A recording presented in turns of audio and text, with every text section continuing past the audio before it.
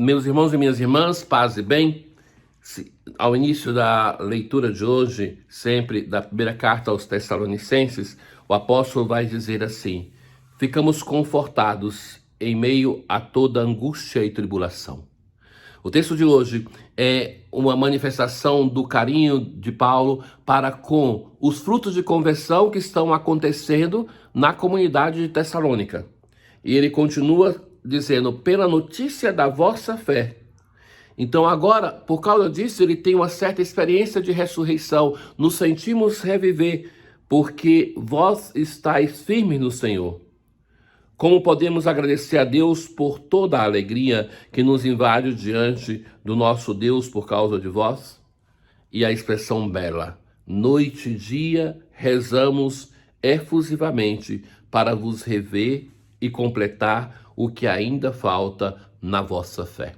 O apóstolo vai planejar de voltar a Tessalônica porque quer continuar a obra de evangelização nessa comunidade que é proveniente do paganismo, mas que ele foi, anunciou, vê os frutos de conversão e vai dizer que o desejo de rever, porque sente que ali o anúncio que foi feito está produzindo fruto de fé.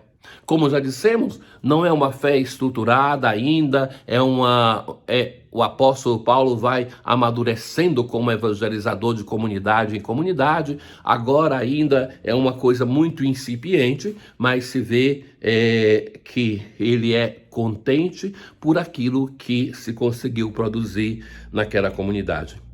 Então, a primeira dimensão que ele vai falar, a primeira virtude é essa, da fé.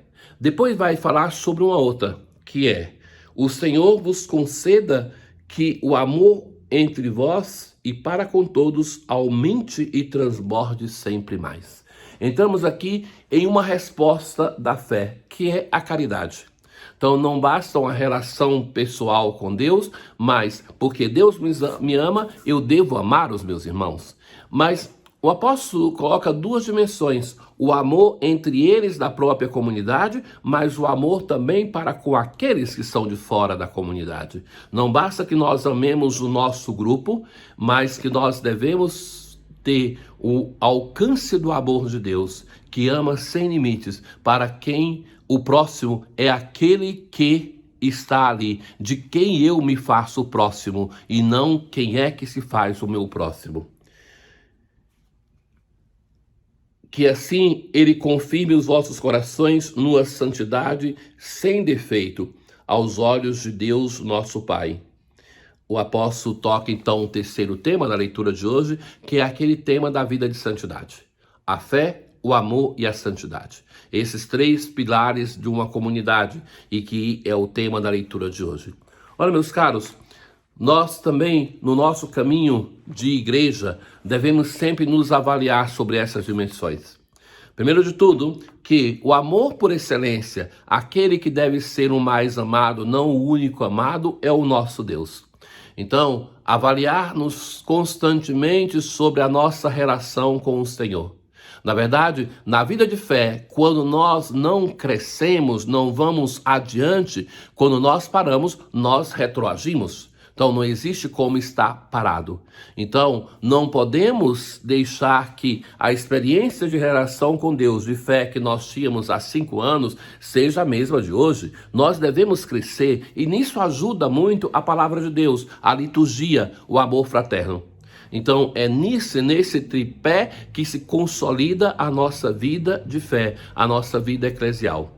Não basta isso, mas tem a dimensão do amor fraterno, do amar as pessoas que fazem parte da nossa comunidade e não somente. Somos desafiados. Eu penso muito nesse tempo porque na paróquia sempre mais me apercebo quantos migrantes estão chegando, venezuelanos, e que essas pessoas não devem ser consideradas como estrangeiros. O Estado considera como estrangeiro, mas nós todos somos concidadãos. Acolhamos esses nossos irmãos, porque os nossos pais também foram estrangeiros. aquilo que se diz do Antigo Testamento. Nossos pais, que são os patriarcas, que nós nos apaixonamos pela história deles, foram estrangeiros. Então, ali o Senhor os tirou da escravidão, mas também quando ele se estabelece na terra prometida, vai dizer: cuide dos estrangeiros, porque vós fostes estrangeiros. Então, em uma nação formada por diversos estrangeiros, poucos o componente étnico daqueles que já estavam aqui, sejamos atentos, porque um elemento a mais, muitos desses, nos casos concretos venezuelanos, que é o grupo étnico que mais está chegando aqui, muitos deles vêm de uma experiência de igreja vigorosa. Eu estive na Venezuela, é uma nação bela, uma igreja bela, e essas pessoas chegando aqui devem encontrar em nós, comunidade cristã, uma acolhida. Não sejamos indiferentes a esse sofrimento que está batendo à nossa porta. Ora, no Evangelho de hoje, o Senhor nos conta uma parábola para chamar-nos ao nosso dever de estarmos atentos. É insistente hoje esse tema. Nós, na leitura semi-contínua do Evangelho de Mateus, nós vamos saltar um pedaço, aquele que é quando Jesus está em Jerusalém, e nós vamos para o final. Os últimos discursos de Jesus, ele insiste sobre essa dimensão da volta do Filho do Homem, de que nós estejamos preparados. No Evangelho de hoje tem essa frase de diversos modos. Assim começa: ficai atentos, porque não sabeis em que dia virá o Senhor. Compreendei bem isso. Se o dono da casa soubesse a que horas viria o ladrão, certamente vigiaria e não deixaria que a sua casa fosse roubada. Então, é uma surpresa mútua. Quando o dono da casa se encontra com o ladrão que não espera encontrar naquele momento o dono da casa, mas o dono da casa que não espera encontrar o ladrão. Esta é a única vez nas Sagradas Escrituras que Deus é comparado na sua ação com o ladrão. Na verdade, era mais fácil possível, porque é Deus mesmo que está falando diretamente. É Jesus que é Deus.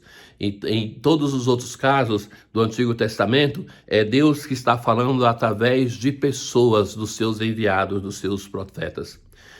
Jesus agora vai continuar essa ideia. Por isso também, vós ficais preparados, porque na hora em que menos pensais, o Filho do Homem virá. Então essa aqui é a primeira imagem do ladrão que chega. Na hora, assim como o ladrão chega de repente, também o Filho do Homem vai vir de repente. É um chamado ao final do Evangelho para a comunidade de Jerusalém, para nós hoje, para que tenhamos uma vida coerente com aquilo que nós cremos, para que não sejamos surpreendidos com a chegada do Filho de Deus, mas que nós estejamos preparados, desejosos desse encontro, que assim nós estaremos serenos, não teremos medo desse momento. A segunda comparação, a segunda parábola. Qual o empregado fiel e prudente que o Senhor colocou como responsável pelos demais empregados? Então agora nós entramos numa imagem do administrador. Feliz o empregado cujo Senhor o encontrar agindo assim quando voltar. Em verdade vos digo, ele lhe entregará a administração de todos os seus bens. Mas se o empregado pensar assim, meu senhor está demorando, então o senhor desse empregado virá no dia em que ele não espera. Ele o partirá ao meio e lhe imporá a sorte dos hipócritas. Ora, a mensagem é concretamente para aqueles que na igreja têm o dever de governar, de evangelizar. Como nós fazemos isso para os nossos irmãos?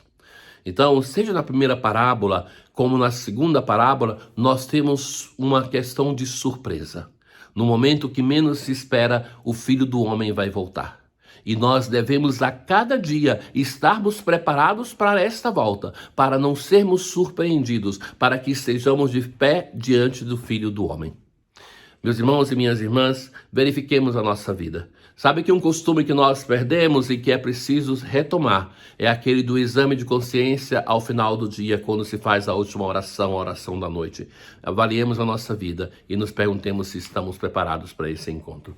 O Senhor esteja convosco, Ele está no meio de nós. Abençoe-vos o Deus Todo-Poderoso, o Pai, o Filho e o Espírito Santo. Paz.